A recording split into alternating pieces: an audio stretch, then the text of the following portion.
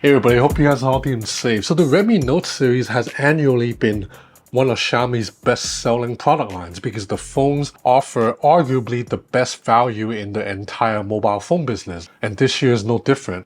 So the Redmi Note 14 series has 5 phones this year. I have here the highest tier model, the Redmi Note 14 Pro Plus 5G. Now I don't know the official price of this phone right now, but I've been giving enough intel that I can safely estimate that this phone will sell for around 400 US dollars. Now keep in mind this is the highest tier model. There are other phones in the series that will be lower priced than this. But for 400 bucks, you're getting a lot as usual. So you have a 6.67 inch 120 Hz AMOLED display with what Xiaomi calls crystal res resolution. That means it's 1.5K resolution, like a little bit north of 1080p. The screen looks great with thin bezels and gets up to a maximum nits of 3000, so you can definitely use this screen outside under the sun without any issues. There's a 5110 mAh battery inside that can be charged at 120 watt with the included fast charger. You also have a 200 megapixel main camera with OIS and the Qualcomm Snapdragon 7S Gen 3 processor inside. Now these specs are better than what Google and Samsung are giving you in their $600 phones, but you get it here in a $400-ish package. But it's not just all about specs this year. Xiaomi is also giving this phone flagship level durability, and that consists of Gorilla Glass Victus 2 protection for the AMOLED panel. You also have an extra absorbing foam and polymer material underneath the display for further resistance against drops. And then there's also IP68 water and dust resistance, and the display panel has extra touch input sensitivity. So meaning even if the phone is wet, your finger will still be able to interact with the screen without the lag that you may get from other phones. In fact, I've partnered with Xiaomi to make this video to do a series of tests to show that this phone does indeed have flagship level durability. Without further ado, let's begin. Okay, so the first test we're going to do is water resistant. So I'm going to soak this phone in this pot of water for 30 minutes. And by the way, there's a screen protector, a plastic one that comes with the phone, but I took it off already because I'm doing an endurance test. So I want the phone to be as naked as possible. So we'll play a long YouTube video, and I have the right one right here. It's the Flossie Carter Snyder cut of the Xiaomi 12S Ultra. So I'm going to begin playing a video while I also start the timer right here. So I'm going to play the video, soak it in there, and I'm also going to start the 30-minute timer. So the phone is fully submerged in water right now.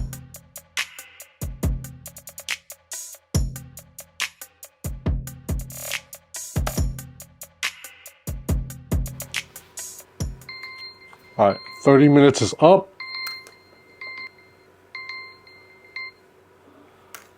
It's been exactly 30 minutes. You see the phone is still running? He thinks to himself that he knows that they need it more than Speaker works, but there's some water on it, so it's going to sound a little muffled, but when it dries, I'm pretty sure it'll be fine. You see the touchscreen still works perfectly fine right now. Let's dip it back in the water a little bit. So you see wet screen, touchscreen works, the fingerprint scanner works. So you see 30 minutes in this pot of water, still works fine. Another area that Xiaomi is really proud of with the Redmi Note 14 Pro Plus is that the display has enhanced touch input, especially when it comes to liquid. So that means if you're using this in the rain and the screen's a little bit wet, or if your finger's a little bit greasy because you've been holding a hamburger or something, you're still going to be able to touch the screen with responsiveness. So what I'm going to do is I have my shower faucet on just a little bit right now to simulate like raindrops. So I'm going to get the screen wet a little bit. So now you see there's a lot of water drops on it. I can still use the screen. So I'm going to type. Let's go to Benson XDA. Let's get it a little bit wet again. Let's jump into Instagram. So I'm scrolling perfectly fine. Now I'm going to try the same test with the iPhone 16 Pro Max. Get a little bit wet. See, I don't know if you can see, it is not as responsive. Look, I'm swiping on it. I'm swiping on it. It is not swiping through. My finger is swiping on it. Like you see, look at the iPhone.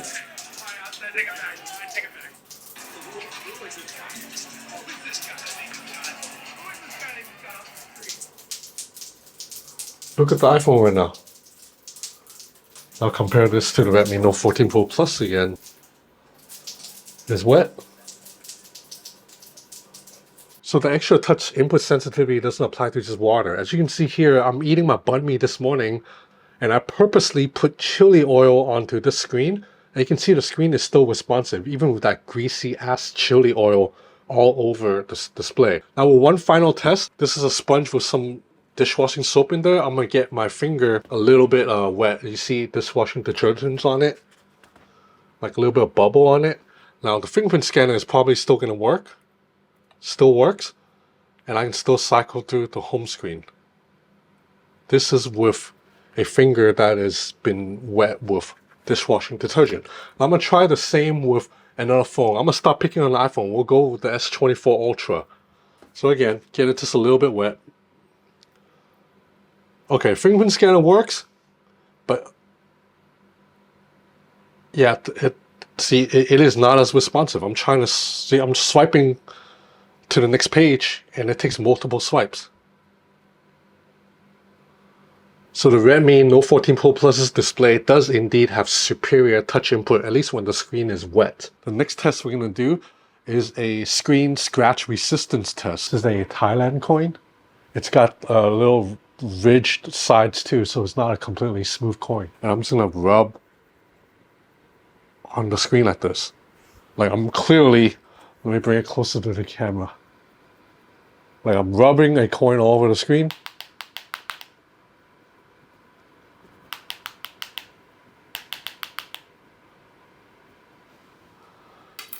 And you see right now the screen still does not have a scratch on it. Look at it. I'm going to reflect light on it. See, if there's scratches, you should be able to see it right now with the light. Don't really see anything. We'll do one more.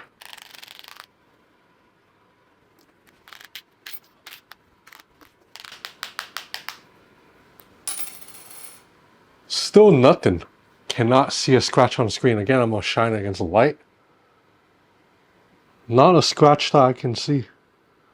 So even if you put this phone into the same pocket with coins, it'll be fine because no amount of coin scratch is going to scratch the screen. And then next up, you know what we got to do? We got to do the drop test. So you see right now the phone still doesn't have a scratch on it, even though I just rubbed the coin all over it.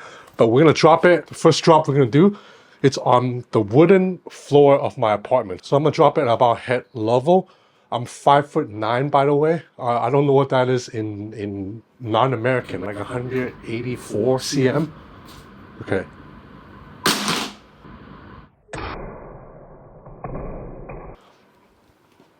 That dropped completely on the screen. No damage. Not even a scratch. Okay, now I'm going to do drop number 2. I'm going to drop it, this time the screen facing up.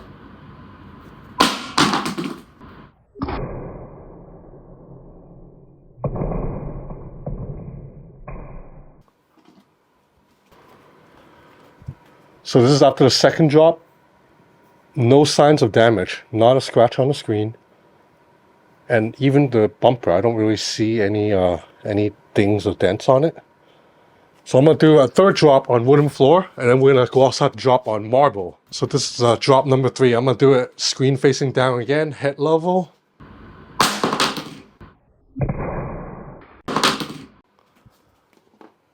Still no visible damage. This is after 3 drops on the wooden floor. Look at it. No scratch. If there's a scratch, you will see it with the light. The bumper still looks pretty fine to my eyes. Camera module's fine. Now let's go outside and drop a marble. Okay, I am now outside in the lobby of my apartment complex. The floor, it's a marble tile floor. So these are much harder than wooden floor. Okay, drop number 1, once again at head level, screen facing down.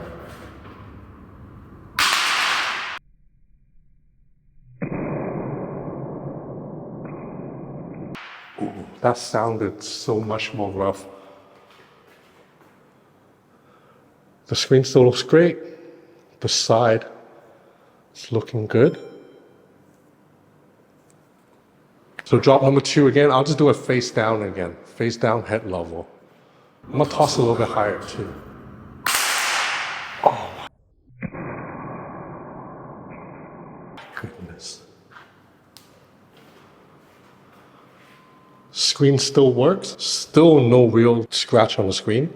Wow, this thing is tough. I figured the phone would survive, but I thought there would be some bumps on the bumper or something, but still so far nothing. Like look at the bumpers, there's not even a dent on it. The screen looks good. Okay, so the Redmi Note 14 Pro Plus survived 5 drops. 3 drops on wooden floor and 2 drops on marble floor. So I think this is enough durability for like 99% of people. I mean, you can't realistically expect this phone to survive like 5, 6, 7, 8 drops out on marble floor, right? So I think the Redmi Note 14 Pro Plus 5G does indeed earn the all-star durability marketing claim. But of course, this extra durability is a nice to have feature. It's insurance for very clumsy people. For most people, they don't go into buying a phone thinking, oh, how many times can I drop this before it breaks? For most people, they still care most about how the screen looks, how the main camera performs, and how the chipset runs. And I have good news, this guy punches way above its price class. So I've actually been using this guy for about a week already, playing games, snapping photos, and doing my usual productivity tasks like sending emails and texting a lot of people. And obviously the Snapdragon chip here is more than powerful enough for the task. I'm also a big fan of the 200 megapixel main camera. So the 200 megapixel main camera by default, it shoots at pixel bin 12 megapixel photos. So you're getting a lot of dynamic range and a lot of natural light intake because it is doing 9-in-1 pixel binning. But if you have good lighting, you can shoot in full 200 megapixel resolution and you can get an image that you can zoom in a lot more. So you can actually take photos of something and then crop all the way in and still see pretty good details. And one sign of the chip being a lot more powerful than years past is that notice how fast I can preview the 200 megapixel shot.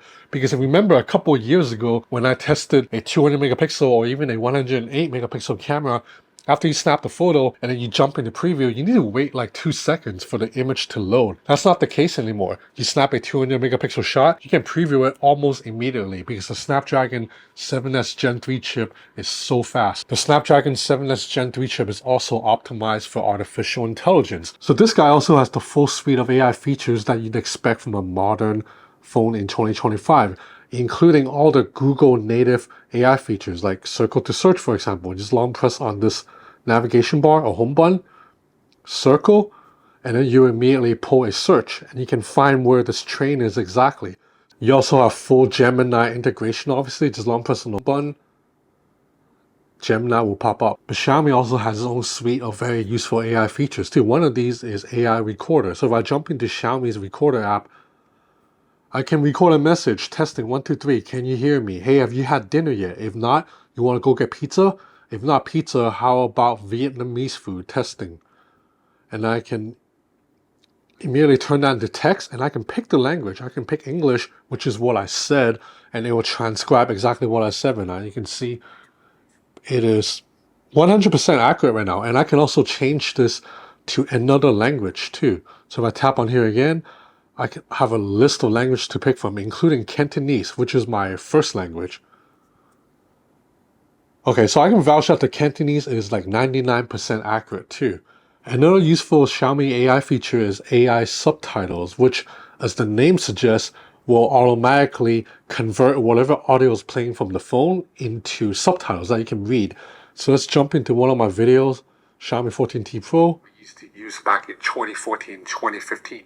Powering the phone. So if I swipe down, turn on AI subtitles, it is now transcribing what I am saying in this video. Flagship performer. On top of that, you get full access to Google's suite of AI features, like how Google envisioned. But otherwise, HyperOS, it's more than just about phones because it's Xiaomi's software that's going to run on all the company's products, including Apple. You also get dual stereo speakers. So you have speaker grills at the top and bottom of the phone that pump out really loud and full audio.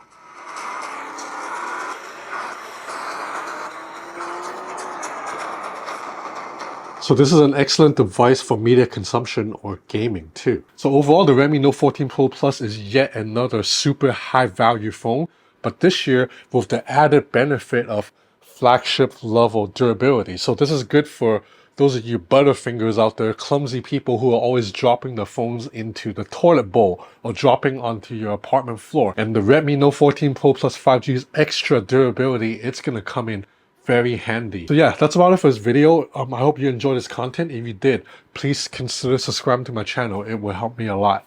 Thanks for watching.